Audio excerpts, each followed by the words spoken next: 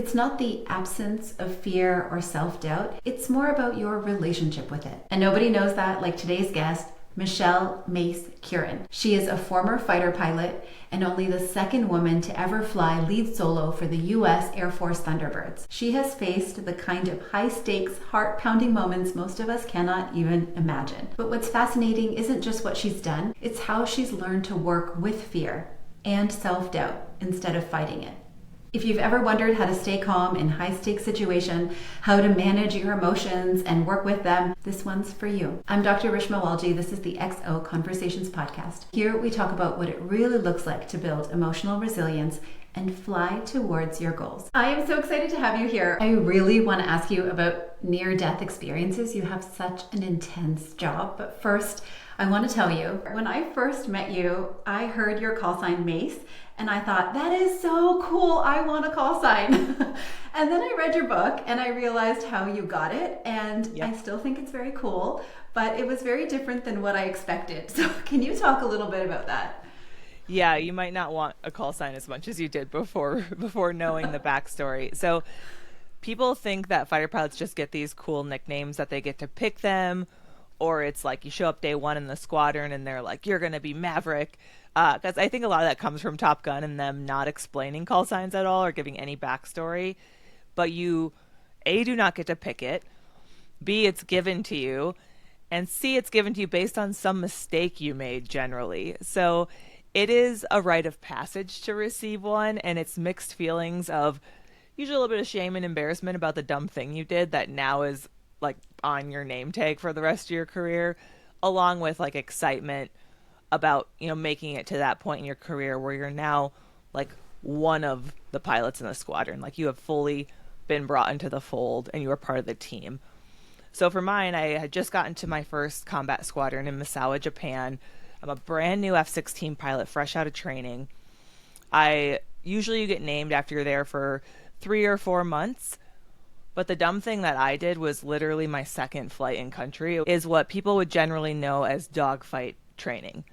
So it's myself in my jet, my instructor in the other jet, single pilot, F-16, so no one else in there with me.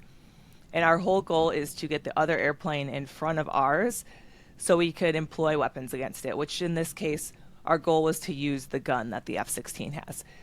Now the jet is safed up, like we don't have live weapons loaded up, but we have some avionics that can simulate the display of what it would look like if we were actually firing weapons. So the whole goal is for me as the student to shoot the instructor. So we go out, and I have done this a few times when I was first learning to fly the F-16 in training.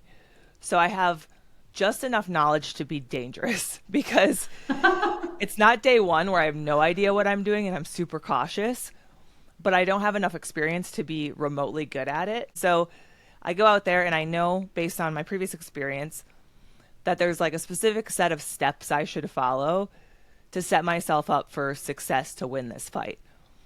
And I'm very binary because I'm very young and new. So I don't have the knowledge and the wisdom to realize that I might need to adapt the situation for different circumstances. So I just go out. When we start, I push my throttle all the way up. I light my afterburner, which is what I had done in training.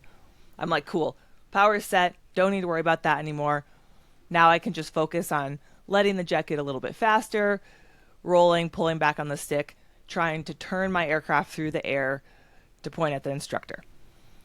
So I do that, and when I roll and I pull, I hit 9 Gs, which for people that aren't familiar, G stands for gravity. We're all at 1 G right now, so you weigh your normal weight on your bathroom scale. But under the pressure that the F-16 can pull, like in a turn, we pull up to 9 times that. So multiply your weight by 9. That is the force that you feel pushing you into the seat. Wow. So it was not abnormal to experience 9 Gs when we started a dogfight. That was pretty standard. And we do some things to strain against it. Like we do this thing called a G strain where we flex our lower body muscles. We wear a suit that squeezes your lower body, kind of like a giant blood pressure cuff. All of that helps push blood back up towards your head because the Gs are pushing towards your feet. And the blood will literally get pushed out of your brain because it's stronger than your heart. And you will pass out. And that's called a G-induced loss of consciousness, a G-lock. I know I threw a bunch of technical stuff at you right out the gate. But long story short, I accelerate, I roll, I pull 9Gs. I'm G straining against it, but it's just going on forever. And as I'm looking at the other jet, I'm just not able to point the nose of my aircraft at him no matter how hard I pull. And I'm just like, why is this so difficult? Like, why am I not winning? What is going on? And being young and dumb, instead of like resetting, easing off the stick, repositioning my jet, I just decide to keep pulling harder for longer. And eventually I get light loss, which is when, again, that blood starts to get forced out of your head. I start to get gray out, then tunnel vision, and then I get full blackout where I literally can't see anything. Luckily, I guess, I'm not quite in a full G-lock where I'm unconscious because I'm still aware of what's happening and I can still hear. And my instructor ends up watching me. You know, he's looking back over his shoulder being like, why is my student not gunning me? They should, like, I'm here, come get me. Like, what's happening? And so he's like, something's not right. Makes a radio call to end the fight. And luckily I still have the ability to hear that. And I have the wherewithal to pull back on the throttle and let the jet slow down. As soon as that happens, the G's drop, my vision comes back, and ultimately I'm fine. It's kind of an anticlimactic story, and like nothing disastrous happens in the end. But you're alive. Yeah, I scared the crap out of myself, honestly, and my instructor when we went and landed and we went to debrief and we pull up the tapes from the cockpit and we look at what really happened, you know, and in normal speed, not at 500 miles an hour where so much is happening, you can't really analyze everything. And we realized that when I lit the afterburner, there were some circumstances that were different with the temperature and the type of engine that this jet had compared to what I'd trained in. And I ended up going supersonic, so that's faster than the speed of sound, completely on accident. Did not realize that I was that fast. And so then when I had rolled and pulled back on the stick and tried to point at the other jet, the aircraft had so much energy on it that when it would normally hit 9Gs for a few seconds and then start to slow down, instead it hit 9Gs and just maintained it. So there's like an energy curve, and once you're on the back side or on the front side of that, the jet will actually accelerate under 9Gs and you could just pull it forever. The only limiting factor is your physical body. And I found that limit for sure. And so months go by, that whole experience sends me into a whole spiral of doubting if I should be there, and kind of just this wake up call of, holy crap, I'm in a really serious business where mistakes have real consequences. So I definitely scared myself, but it did earn me Mace, which of course is an acronym because of the military, and it's pilot jargon heavy, so it's always a little bit tricky to explain, but it stands for Mach at Circle Entry. So Mach was breaking the speed of sound, and then circle entry was that roll and pull, that maneuver that I was trying to do. So they named me based on that. I could tell that story without getting into the near G-lock, but honestly, the going too fast was a mistake, but then letting it continue to go and not realizing it, and then continuing to push it even when I was getting all the physical signals to back off, that was really the dumb part of the flight. That was where it was really clear that I was young and inexperienced and misprioritizing. You know, my physical safety was secondary to my desire to win and to prove myself, which is just so foolish. But that's what you do when you're 25 years old and you're in that environment and you just are trying to belong and fit in and show everyone that you deserve to be there. Yeah, you know, we've all done something that's been sort of reckless or maybe something that we shouldn't have done, but not in such a circumstance where it could cost you your life or something major. You know, these are really high stakes environments. And I mean, I have no reference for this aside from traveling, but I did used to go on this roller coaster thing. It was like called the Gravitron, where it spins around and you get stuck to the wall. Yep. And I'm just thinking like, I could not move in that. And then thinking of how you're supposed to actually fly a plane also with all of, I'm sure, even more G's than what I was experiencing on that ride. And then having to manage your body and trying to maneuver yourself. I can't imagine people don't make more mistakes like this. Yeah, the speed that things are happening at, and then just the physical force on your body that you're trying to manage and wrestle with. It is, when you really think about it, it's quite remarkable that we could execute at all. And honestly, it's crazy what the human body can adapt to, because that becomes very normal to you, to the point where you are just like focused on analyzing all the data and what's happening and making adjustments and executing the mission, and the whole experiencing 9 times the force of gravity and G-straining against it and all that becomes second nature, and you don't even think about it. You just do it. But I was not at that point yet when I got my call sign. Yeah, hard lesson to learn. I wanted to ask you, because I think mistakes are human and natural, and in a way I kind of love the way that they do this naming, because it sort of normalizes that everybody makes mistakes. So in some ways it's actually really special. I imagine walking around and seeing like everybody's mistake is sort of plastered on their helmet. But at the same time, for most of us, I feel like we go through a mistake and it's easy to get caught in your head, right? Like you go through this spiral, your inner critic starts talking and you're in the self-doubt, and it flusters you. And whether you're in a plane, which is very high stakes, or even you're just playing sports or you're in a meeting, it can really throw you off. How do you stay calm, especially in higher stakes environments? Yeah, I think there's 2 different things. There's what I do in the moment when I'm still having to execute at a very high level in a very high stakes environment. And then there's kind of the reflection afterwards when you have a second to take a breath and things have slowed down and the repercussions are lowered.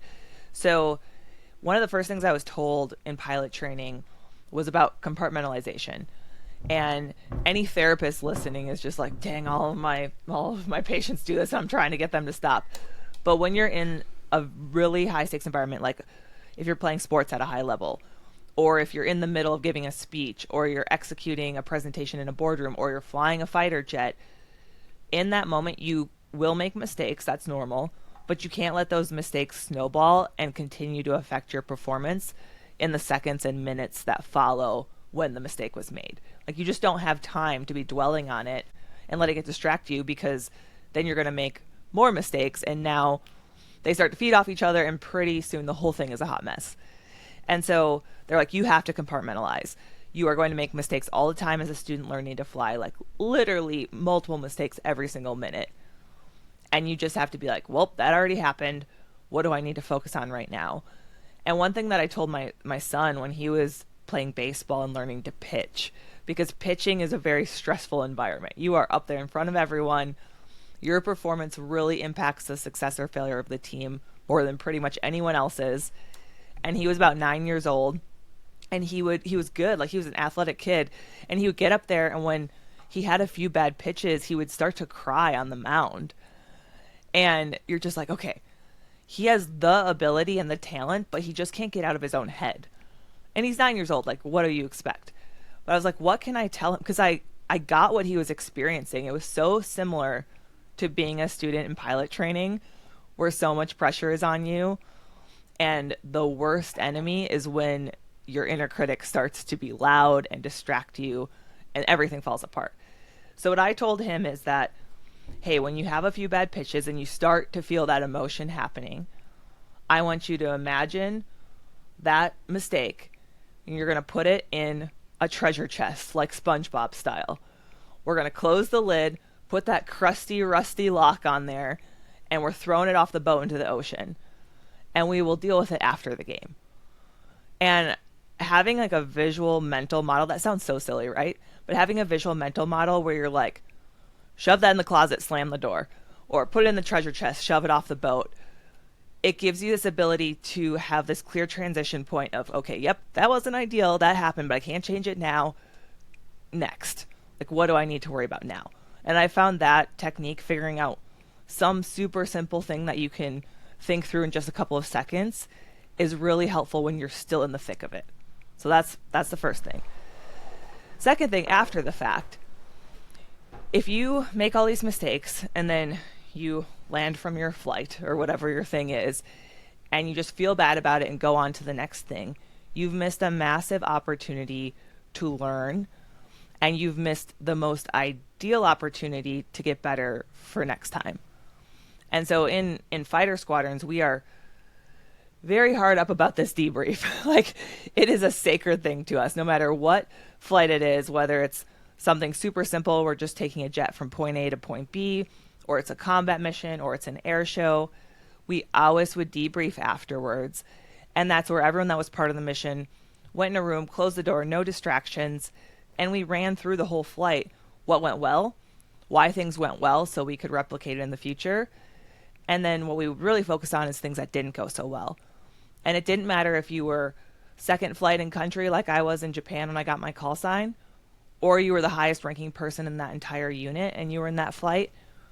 If you made an error, which people at all levels made errors all the time, just varying degrees of errors, you were going to fess up to it without like an emotional baggage kind of a company. Like no shame, no embarrassment, just very clinical. Like, I was 10 seconds late on this. Here's why that happened.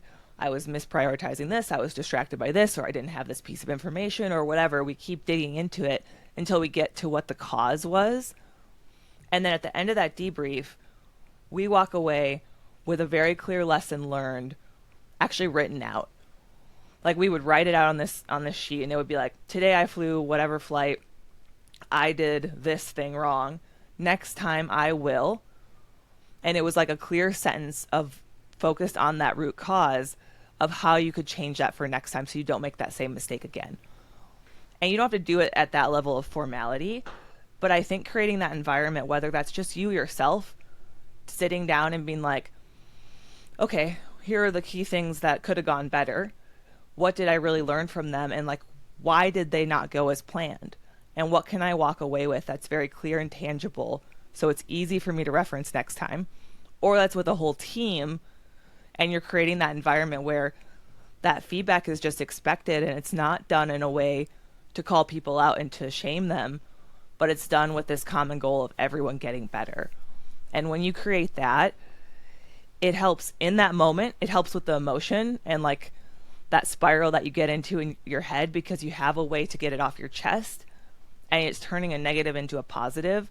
But then it also massively helps your future performance. Yeah, I think both of those things have to work together. Even in healthcare, I used to work in clinical practice, and we had a way of compartmentalizing, or at least I did. Everyone had their own sort of way they would do it, but I did a very sort of tactical, tangible thing where every time I would go and wash my hands in between patients, I mean, I wash my hands 100 times a day, right, but definitely in between patients, I would go and wash my hands. And it started becoming a ritual where I would take a deep breath and I would just sort of like center myself so that I wouldn't carry the emotions or the feelings or the fears from the previous patient into the next patient. I just had to sort of recenter myself so that I could focus on the task at hand. But it also really helped me to separate my own, I had my own life going on, and I had to show up for these patients, not in the same sort of danger way that you did, but very much being able to be present by sort of this ritual of washing my hands for physical reasons, but also for emotional reasons. So I think this compartmentalization, the visual, is also really helpful. And the other thing is the debrief. I really love that because so many people have a hard time with mistakes, and then they don't take accountability, or they don't take it as this is an opportunity to learn. Even though we know we should, we're also very hard on ourselves. And I used to work in women's health, and there's a lot of pressure on women. And so we tend to really be hard on ourselves. And the debrief sounds very much like it separates your mistake from your self-worth. Yep. Exactly. It's removing it from, it's just a fact. It's just a data point at that point. And so it's not about you, right? It's like, I failed, but I'm not a failure. It's that separation that Brene Brown talks about with like guilt versus shame, and how serious, like that word shame takes it to a whole other level. And when you internalize that as your mistakes reflecting on your self-worth, that's where you get yourself into trouble. Yeah, for sure. And speaking of women's health, I wanted to ask you, I've heard you say before that you weren't sure about talking about being a woman in a very male-dominated field. And I'm so glad that you did include that in the book because I found it really fascinating. Can you talk a little bit about how that experience was for you and how you navigated it throughout your career? Yeah, it was a learning experience in that when I came in, I didn't have anyone telling me how I could effectively navigate it. And it was a lot of me just stumbling around trying to figure it out as I went. And in hindsight, I could have done a lot of things differently, and it evolved throughout my career with experience. But at first, right out the gate when I decided I wanted to be a fighter pilot, I was so excited about this goal. The idea that only 2% of women were fighter pilots I didn't care at all. It didn't deter me. I didn't think about it. I was just like, what do I have to learn? Like, what's the next flight I have to do? What's the check ride? All of that. As I go through pilot training, which is a year-long program to take you from probably never having flown an aircraft before through flying multiple aircrafts and ultimately getting into flying jet trainers, and then at the end of that finding out I was going to fly the F-16. So it's a very aggressive, steep learning curve. And I was in a class of 25, and I was the only woman. And most of the time, I had a great relationship with my peers. They were who I socialized with outside of work. We were really good friends. And it wasn't until almost the very end of that program where my gender was highlighted in a negative way to me for the first time. And it was such a slap in the face because I thought I had naively been performing so well that it wasn't going to matter, because I had consistently been towards the top of my class for this whole program. And so it's about to be my last check ride, which a check ride is just this airborne test you do. It has a lot of weight on it for your class ranking. Class ranking ultimately determines what aircraft you will get matched with at the end of the program. We all fill out a dream sheet with our preferences, and I had gone in wanting to be a fighter pilot. And from looking at previous classes, we knew that each class was getting between 1 to 3 fighter aircraft available for a class of 25. So you knew you had to be top of the class, and only some of us were eligible for a fighter jet. So those people are like my core competition. They're also the people I'm working with every single day. And again, who I'm socializing with. These are my friends. So there was a guy that was clearly in first, but it was between myself and one other student for that second spot. And when there's going to be 1 to 3 fighter jets, one spot is a big deal. And so I'm studying with him. We are working together to prep for our check ride that we both have that week. But we both know that how we do compared to each other on this single flight is going to determine who's second in the class and who's third. So we're studying, and he had missed a few questions, and I think he was just getting frustrated because it's a lot of pressure, and I was an easy target. And so he was like, I don't even know why I'm wasting my time studying. They're going to give you a fighter just to check the box. And I was almost confused because no one had ever said anything like that. It hadn't been said to my face. I hadn't overheard it. I felt very well respected by my peers because my performance was really good, objectively good. And so I felt like, sure, they might criticize me being here or doubt if I deserve to be here if I was bottom of the class, but like, watch me. But then this happened, and I was like, wait a minute. It doesn't matter how good I am, how high I perform. There's always going to be that seed of doubt that I only made it here because they were checking a box for gender. And I knew that wasn't the case. Like, that's just, it's impossible in that environment with how the standards are set, all the different instructors you fly with.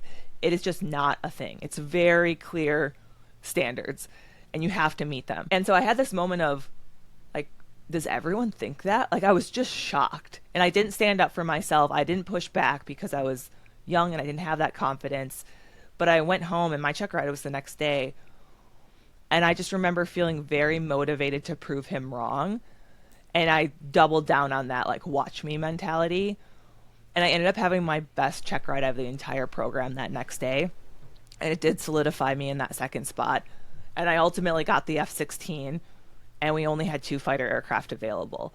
And I don't share that story to be like, haha, like, gotcha, revenge, right? Because that wasn't the goal.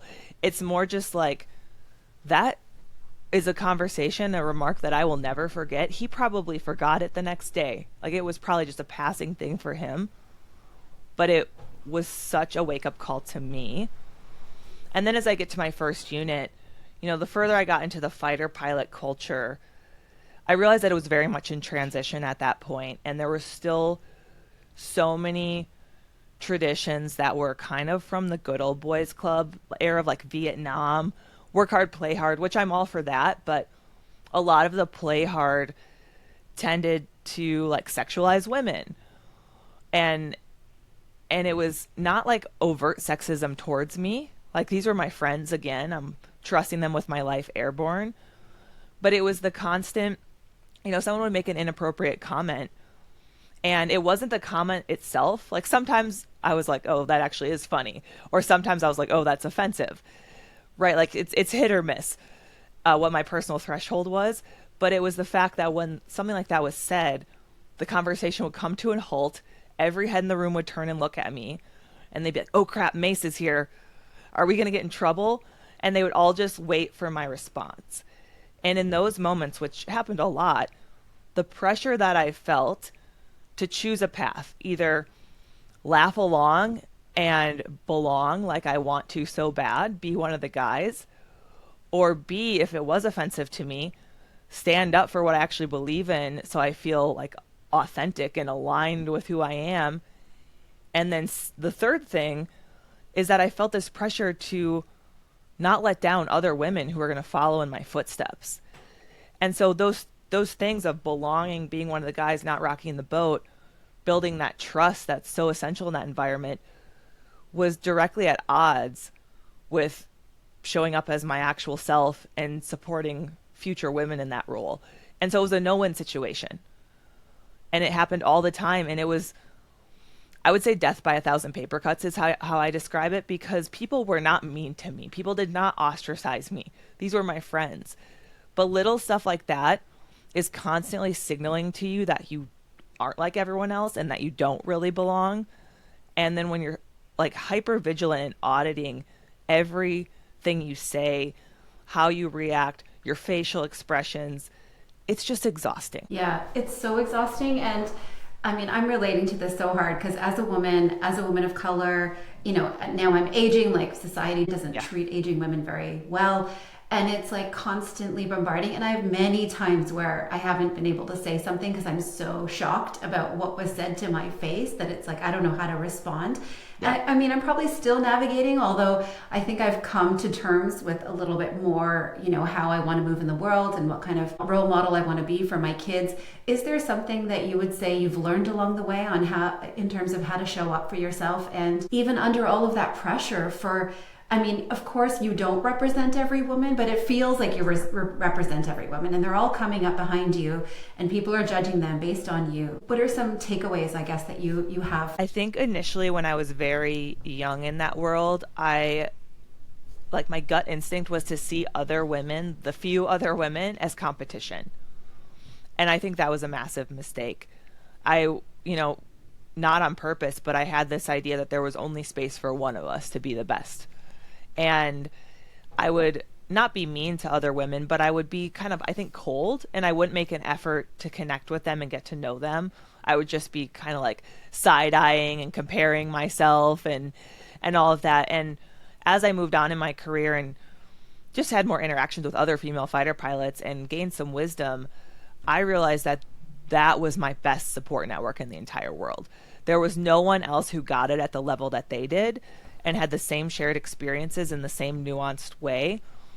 And so when I started to recognize that instinctual reaction to see like a new fellow female fighter pilot at some exercise or something, I see her across the room for the first time, realize there's two of us for once.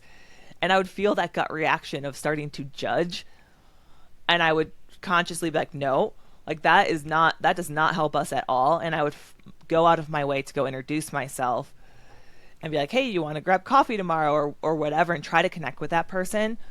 9 times out of 10, they were also very excited to do that, and they were not mean, and they did not act like I was competition, and I made a new friend. And those people, you know, after a few years, I had several other women I was connected with, and they became the best confidants when I did need to ask for advice or I did need to vent. And even now, when I was writing my book and questioning how I was going to tell that story with the nuances of being a woman in that world, and I was feeling those conflicting forces again. Like I wanted this book to be true and authentic and open and really explain all of it, but I also felt this pressure to be loyal to the guys I worked with and like not throw my friends under the bus. And the only people I could talk to that about with were the other women who had been in that world with me.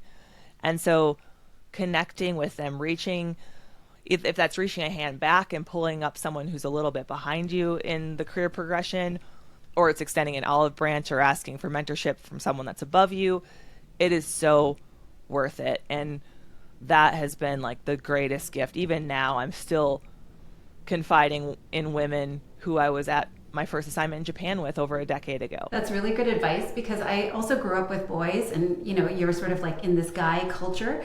And although I wasn't in the same type of environment work-wise as you were, I did always find it hard to connect with women, and I found it harder to make friends with women. And over the years, I've really found amazing women in my life. I did a whole episode on curating friendships, because I realized that there are women out there that I want to be friends with and that can offer that support. It's just maybe take some time to find it, but it's so worth it, and it's a different kind of belonging. So I can really resonate with what you're saying. Yeah, and it's not easy. And when someone asks, like, hey, what is the single piece of advice that you have for a young woman starting her career in a male-dominated environment, my advice isn't always easy to execute, but I think it works almost all the time.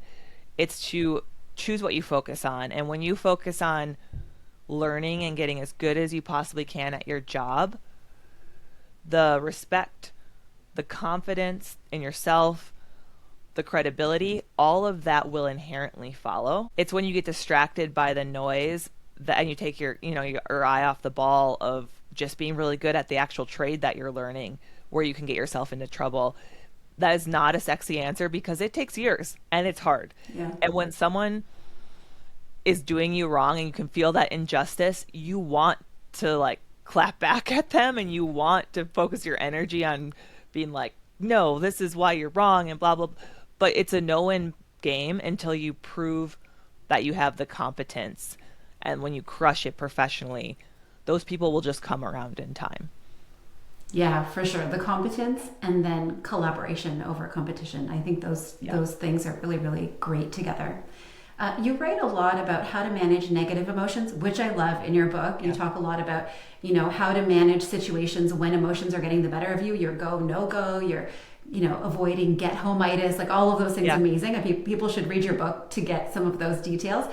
But I wanted to ask you a different question about how emotions might have helped you either achieve things or help you stay focused or even rally up some courage, because I think emotions get a really bad reputation, and for sure we need to learn to separate those things. But there are times when emotions really are important and can kind of help you in many ways. Can you talk a little bit about maybe how emotions have helped you over time? Yeah, I imagine it as a bell curve, right? Like if you let yourself go too far to let emotions call the shot, where fear is keeping you paralyzed, or anxiety or stress, or like I know so many women will reach out to me and they're like, when I get harsh feedback, I cry, and I don't want to cry in front of my boss or my peers, but it's just what my body does. And then I get mad at myself, and then it makes me more upset. And so there is a point where it's helpful to be able to control that. But the other end of it, where you just shut those down completely, like that's not a great spot to live either, because I think those things, they can be a signal that you're doing something that is worth doing. They can be a motivator. I mean, a certain level of stress actually increases your performance. If you have no stress, you're bored and you're disengaged and you won't stay focused, and you honestly you just aren't going to care for that long. And in the book, I talk about the curve of like eustress, the positive stress, and finding that middle point where stress isn't making you freeze and overwhelm and task saturation, but you're also engaged and you're focused.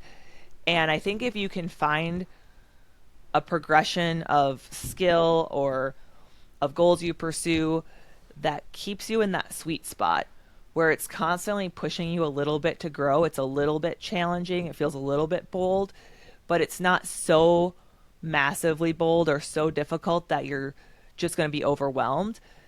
That is the spot where you put yourself on this long-term growth trajectory that is maintainable.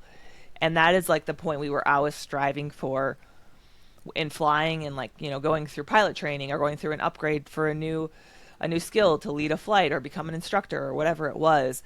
You want to be pushing your student enough so they're progressing as quickly as they can, but they're doing so at a digestible level where they're not going to get discouraged or scared off. And I think you can do that with anything.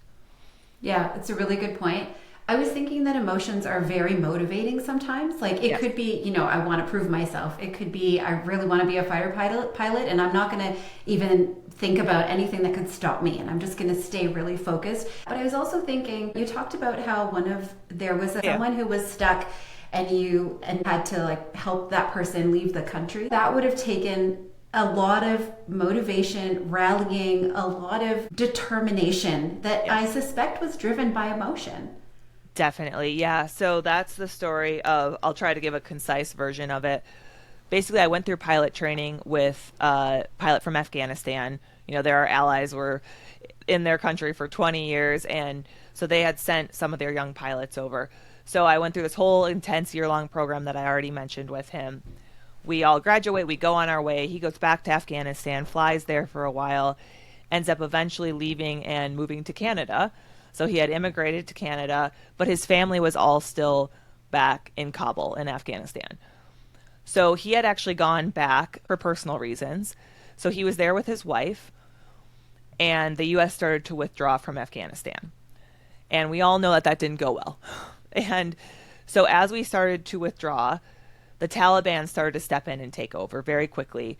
And, you know, you have the airport in Kabul, everyone's around it trying to get in. I'm sure everyone saw it on the news where there's just people, like there's military, there's civilians, all just like camped out, trying to get in these gates, trying to get on these C-17s to get out of the country safely. Specifically people that had worked with the United States, because they now had a target on their back. So my classmate, in the book I call him Taj, we use an alias just to be safe. He is there with his wife and 12 other family members, so there are 14 of them. His dad was a very high-ranking general equivalent in the Afghan National Army. So he was someone that the Taliban specifically knew of and was specifically trying to hunt down. So they had like a by-name target on their family. They had already fled their house, and their house had been raided by the Taliban. All their stuff was stolen. They had cameras where they were able to see this happen, but they were luckily safe somewhere else. This group of 14 people was about half children. The youngest was 1 year old. Several kids of different ages, several women, his elderly mom. It was, you know, a full family, as you would expect. So I had not talked to him in 10 years. I am in the middle of being a Thunderbird pilot. I'm in the middle of show season. And so I'm like very focused on that. And I get pulled into a group Facebook message with my entire class of 25. And it was Taj being like, hey, I am stuck in Afghanistan. My family is at danger of being murdered. I need help. Like I need help getting out of here. I know I haven't talked to most of you in a decade, but if there's anyone that could help us, it's this group of people. And the way that we showed up for him, someone who we had, you know, a very short fleeting relationship with, but when you go through that environment where you're under so much stress and you're under this shared adversity, it really creates these lifelong bonds. And there were a handful of us that were like, I'm going to do anything I can in my power to help get this family out safely. So everyone did what they could, but it was really myself and two other guys from my class that were just happened to be positioned where we could make some impact. And so we ran 24-hour operations. Essentially, those two guys were handing off, like sleeping 4 hours a night, so someone was always awake, corresponding with him via text when they could, calling in favors to generals. Like in the military, there's a very strict chain of command. But in a situation like this, we're like, we'll ask for forgiveness later. I'm going to reach out to anyone I can get a hold of, and I'm going to leverage my position if I can. Like, it's generally frowned upon to leverage your position as a Thunderbird pilot, right? Like, you don't want to name drop and open with that. But in that case, I was emailing people and being like, hey, I'm Thunderbird 5. This is what's going on. I was reaching out to state representatives, all the things. 12 of the family members ended up getting on the list to get on a C-17 out of the airport. And that was just before that bomb had been set off. So it was a dangerous situation. They all get out safely. Meanwhile, my classmate and his wife did not make it to the airport because they got stopped at a Taliban checkpoint. Their phones got confiscated, and they were told if they were seen again that they would be killed. And so we were again trying to see if there was a ability for a team to go out and retrieve them from the safe house they were in, all this stuff. And in the end, they ended up making a run for one of the bordering countries. And we lost communication with him several times where phones were taken. We don't hear from him for 24 hours. making a run for the border. And I'm trying to focus on flying air shows, which is a very mentally taxing environment, and you can't be distracted. Well, every free second I have, I'm checking this message stream. And I was sitting in a brief about to start briefing for an air show. My whole Thunderbird team is in there. And I get this photo of him and his wife in front of the airport sign in the UAE. And they're like, we made it. And none of my even knew that this was going on. And it was, I started tearing up. I couldn't believe that we actually successfully did it. And unfortunately, there were so many people who didn't get out that are still there. But we did everything we could. And the drive, I think, to make that happen, like when you know you're in a position to impact someone in such a way, like this is saving people's lives. I think the drive is like nothing else. When you're not only... It sounds like a scene from a movie, too. Like, it just sounds so unbelievable. I thought it was such an incredible example of just showing up for each other when we really needed it. Yeah, for sure. Have you had any near-death experiences? Being in such a high-stress environment, always putting yourself in that situation of danger. One, have you experienced something like that? And two, what have you taken away from that? Luckily, in 2,000 hours in the F-16 and flying for over a decade, it's only a handful of times where it's been like, oh, that was a really close call, which I think is a good representation of like how hard we train and how seriously we take safety and how good the U.S. military is at what it does. The two that I write about in the book, one is I hit a vulture during an airshow practice in Colombia, put 2 holes through the side of my airplane. The jet ended up landing fine. So I was like an interesting one to tell because people are like, oh my gosh. And then I'm like, and then I landed and it was totally fine. And they're like, oh, okay. But I think it's the experience of the emotional arc you go on when I realize what happened immediately. Like I see the bird. I can't do anything about it. I go through this whole mental like checklist of looking at my engine instruments and is this jet going to fall to the sky? Like, do I have serious structural damage? Am I going to lose my only engine? Am I going to have to eject? All the things. But then I'm able to reel that in and compartmentalize those emotions and fall back on my training and go through the steps I need to execute that we have been taught from the time we were little baby pilots in pilot training. And it really paid off in that moment. So that's one. And then the other one was I had a near head-on collision with a fellow Thunderbird solo pilot doing the opposing passes. For anyone that's seen us at an air show, that looks like a game of chicken. 2 jets head on at each other, about 500 miles an hour apiece, and we pass 50 to 70 feet from one another, going opposite directions. So very cool maneuver when it's done well. Really cool for the crowd to see. But I was teaching my new opposing solo, and he had just overcorrected. He had been too far away from me again and again. And I was like, you got to get closer or the crowd can see your jet looks tiny compared to mine. You lose the shock and awe. And so like everyone, you're scared at first. So he was too far away. Ended up overcorrecting and pointing basically straight at me. And the moment I realized that he's not moving to the side like he should be is probably 2 seconds before we pass each other. And just in the book, I just go through the thought process as temporal distortion happens and time slows down and I weigh my options. Ultimately, he rolled up his wing to miss me last second. And we obviously did not hit each other. I wouldn't be having this conversation. But it was more about the fear and the feelings, the fear, the anger, the frustration afterwards. But also, we're still flying around in jets. Like we can't pull over. We're still cruising around our airspace at 300 knots, and we still have 30 minutes of time out there that we need to use for training. And now what? So it's both cases. It's like the oh shit moment happened. Now what? And so it's where I talk about that pause between the stimulus of the bad, unexpected thing that generates all these emotions because we're still human. I'm still human, even though I have a lot of training. And I feel the physiological reaction of the adrenaline rush and of the fear. But when you can create that pause where you give yourself the space to now have a choice of how you respond, and you can get yourself out of that like the amygdala, the primal brain where it's fight or flight, and get back into logical reasoning, and you can fall back on your training and you can make a decision that ultimately serves your long-term goal. And I just think it was years of training, years of repetition, and then a lot of like thinking about that stuff outside of the airplane that allowed me to do that in that moment. But it's like one of those skills that you can use in so many different facets of your life beyond near-death experiences in an airplane.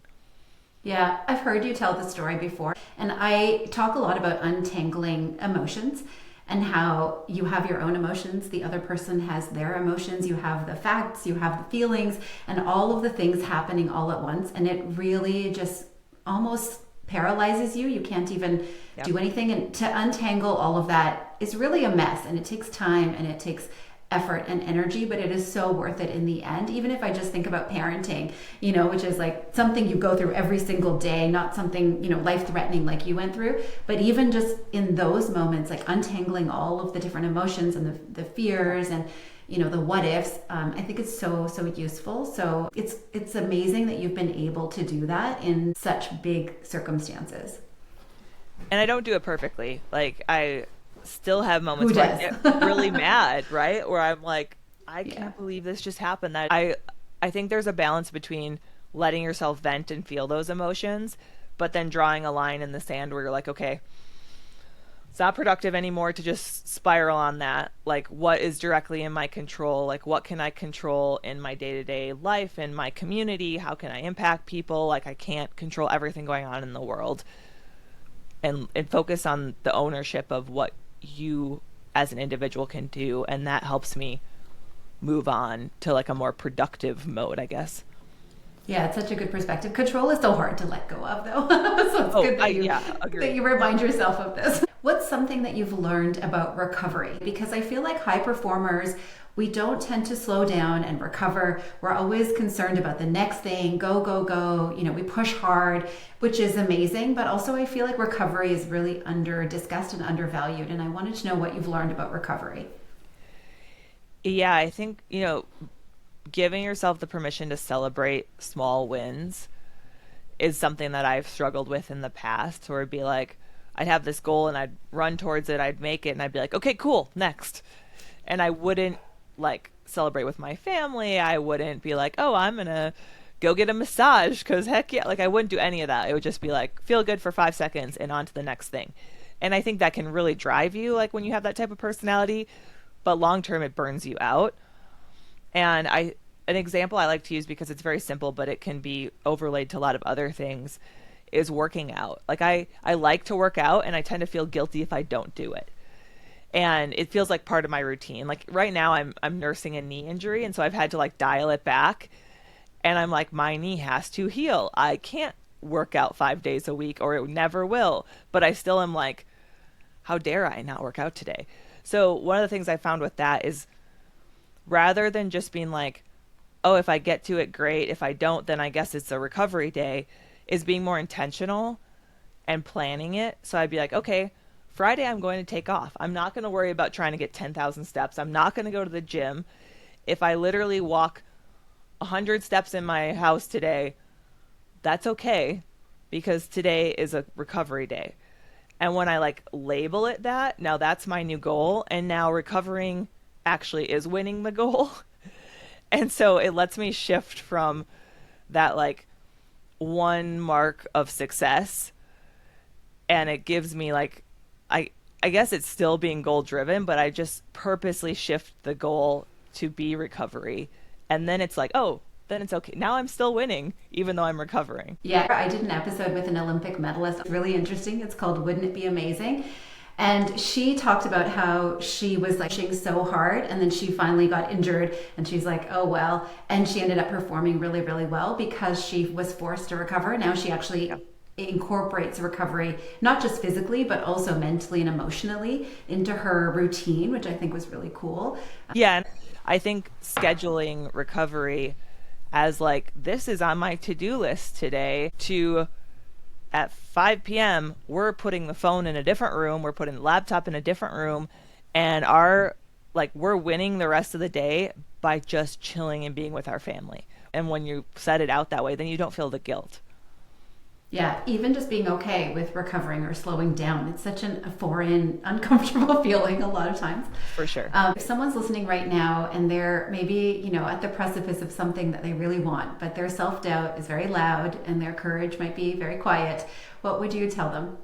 Yeah, the single piece of advice that I almost always give, because I think it's very relatable and it speaks to so many people, and it's like the big takeaway that I've learned throughout my career, is that the key to progress is having the courage to start something, to take that leap, even when you don't feel ready.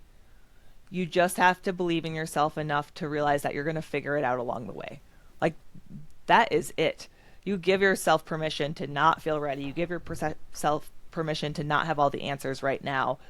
All you have to do is take the first step, and the rest you will figure it out as you go. And I think realizing that people you put on a pedestal, people you admire, they have experienced that. They started before they felt ready.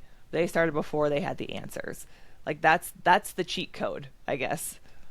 Yeah, trust yourself that you'll figure it out no matter what happens.